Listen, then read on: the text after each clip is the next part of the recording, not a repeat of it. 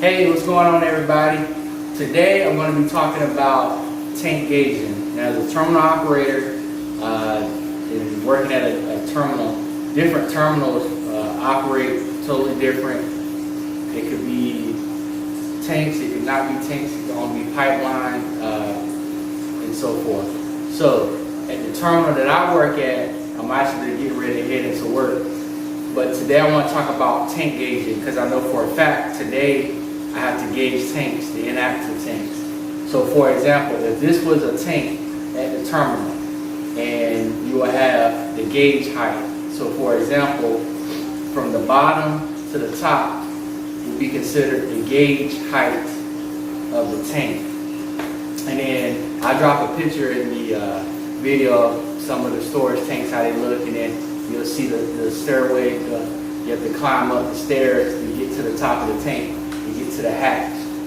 And then what you're doing, you're gauging the product that's in the tank. So for example, see how, let's say from here to here was 50 feet. So the tank is 50 feet tall. And I'm gauging the product in the tank for inventory to send out to the customer so they can know how much product they have. Because some customers want it daily, or some customers want it weekly, and so forth. So I'll climb the top of the tank. I would know the gauge height, but before I climb to the top, the tank has a side gauge, a land gauge, a bearing. So you shake it, and it'll tell you based on the device that it's like a float. And when the product floats, it changes the reading. So for example, it'll say, very simple, 35, 0, and 0.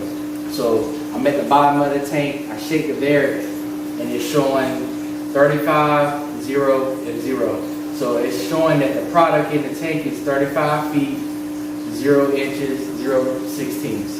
So 35 feet even. Okay, now I climb the top of the tank. When I get to the top, I open the hatch, and then I have my gauging bag. And my gauging bag consists of the bob on a tape, a measuring tape, and then I have gas finding paste, and then water finding paste. So you don't want water in the product. You always can test for water. You put it on the bottom of the bob.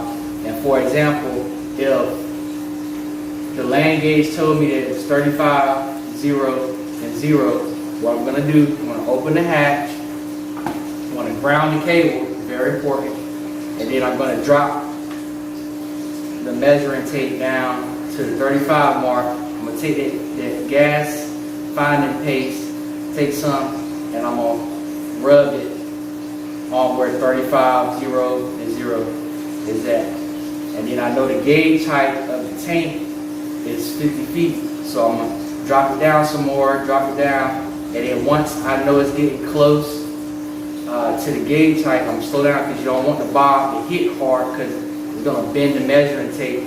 So when you get close to where the gauge height is, when you think the bob is getting close to the bottom, you slow down and you can feel it where it just lightly taps the bottom of the tank.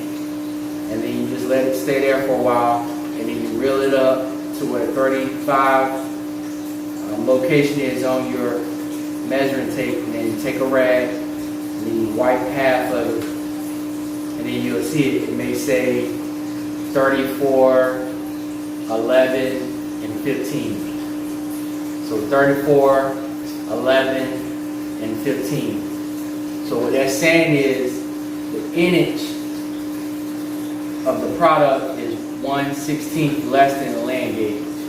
So I know my land gauge was 35, 0, and 0, and then I did a physical gauge of the product using the innage. See, this would be the innage, and this is the ullage, the space left.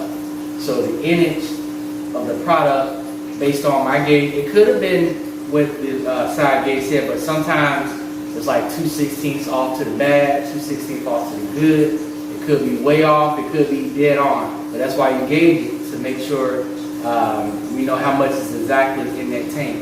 So for example, 34 11, and 15. So the inch is 1/16 less than the land gauge. And then I'll subtract the 34, 11, and 15 from the 50 feet gauge height. And that'll give me the ullage of the tank.